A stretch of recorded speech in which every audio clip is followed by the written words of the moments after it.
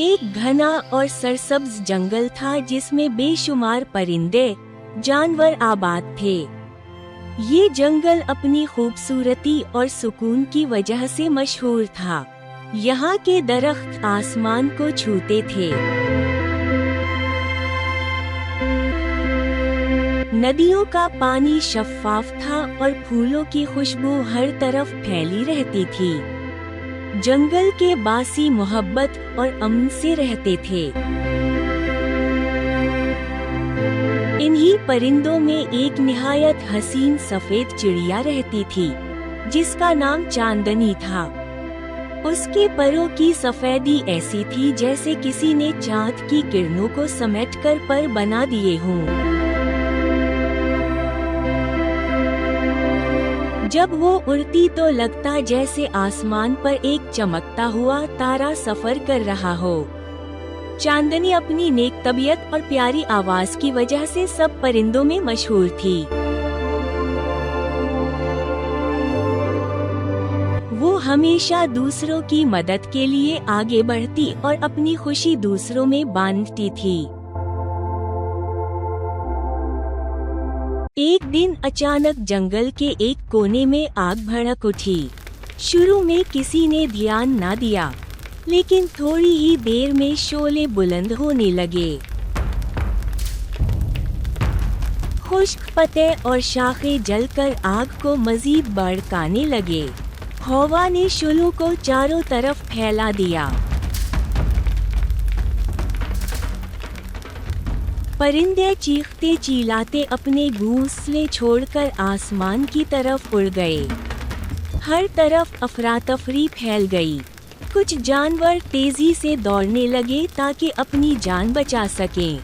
खौफ की लहर पूरे जंगल में दौड़ गई। चांदनी भी ये मंजर देखकर हैरान रह गई। इसके सामने उसका प्यारा जंगल जल रहा था।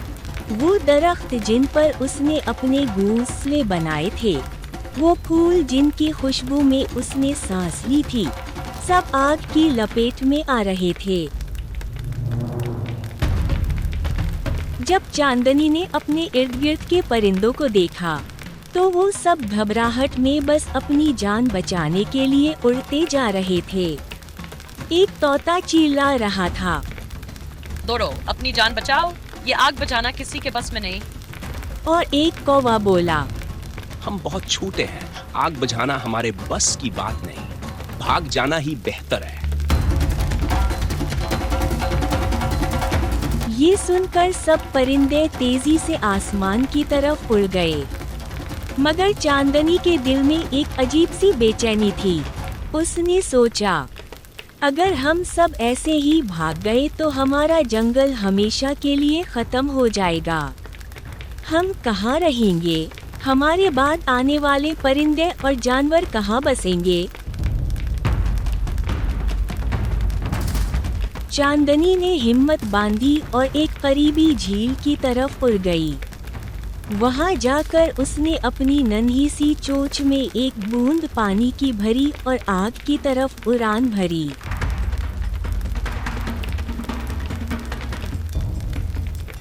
वो शोलों के करीब पहुंची और अपनी चोंच खोलकर पानी की बूंद को आग पर गिरा दिया। ये बूंद आग के सामने एक कतरे जैसी ही थी, मगर चांदनी ने हिम्मत नहीं हारी। वो बार बार झील की तरफ जाती, पानी की बूंद लाती और आग पर डालती। जब दूसरे परिंदों ने ये देखा तो वो हंसने लगे। एक मैना ने कहा, चांदनी, क्या तुम दीवानी हो गई हो? इतनी भारी आग को क्या तुम अपनी चोंच की एक बूंद से बुझाओगी? ये तो नामुमकिन बात है। कौवा बोला, वक्त बर्बाद मत करो चांदनी, हमारे साथ चलो और अपनी जान बचाओ। मगर चांदनी ने जवाब दिया, मैं जानती हूँ कि ये बूंद छोटी है, लेकिन अगर मैं अपनी पूरी कोशिश ना करूँ तो फिर मेरा इस जंगल से प्यार कैसा? शायद मेरी ये बूंद आग को ना बुझाए, मगर मेरा दिल मुतमईन होगा कि मैंने कोशिश तो की। ये बात सुनकर कुछ जानवर भी रुक गए। एक हिरन ने अपनी बड़ी आँखों से चांदनी को देखते हुए कहा, ये नन्ही चिड़िया हम सबसे ज्यादा बहादुर है। हम बड़े हैं, ताकतवर हैं, फिर भी भाग रहे हैं और ये अकेली कोशिश कर रही है।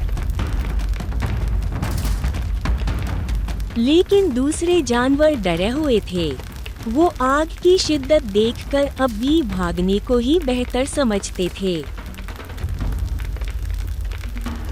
चांदनी अपनी मेहनत में लगी रही। बार बार वो झील और आग के दरमियान उड़ती रही। इसकी चोंच से गिरती पानी की नन्ही बूंदें आग के शुलू पर पड़कर छोटे छोटे धुएं के बादल बनाती। कुछ देर बाद आसमान पर बादल आ गए। ऐसा लगा जैसे कुदरत ने चांदनी की हिम्मत को देख लिया हो। तेज हवाएं चलने लगे, बादल गरजे और बारिश शुरू हो गई। बारिश के पानी ने शुलू को थमा दिया। आग आहिस्ता आहिस्ता बुझने लगी। परिंदे और जानवर जो भाग गए थे वो हैरत से वापस आने लगे।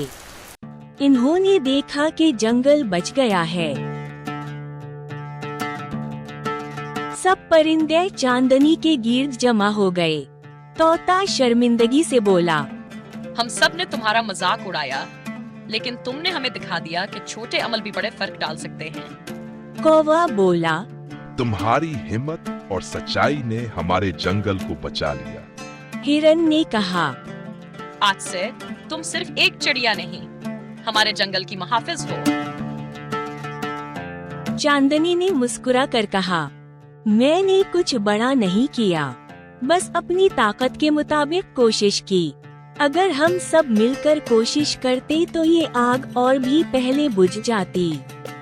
याद रखो, नेक नियत से किया गया छोटा अमल भी बड़ी तब्दीली ला सकता है। सब परिंदे और जानवर सर हिलाकर बोले, हाँ, हमने सबक सीख लिया। इस वाक़ये के बाद जंगल के तमाम वासियों ने तय किया कि वो किसी भी मुश्किल का सामना मिलकर करेंगे और चांदनी सबके लिए बहादुरी और नेक नियति की अलामत बन गई। इस कहानी का सबक, छोटे अमल भी अगर इखलास के साथ किए जाए तो बड़े बड़े नताइज पैदा कर सकते हैं।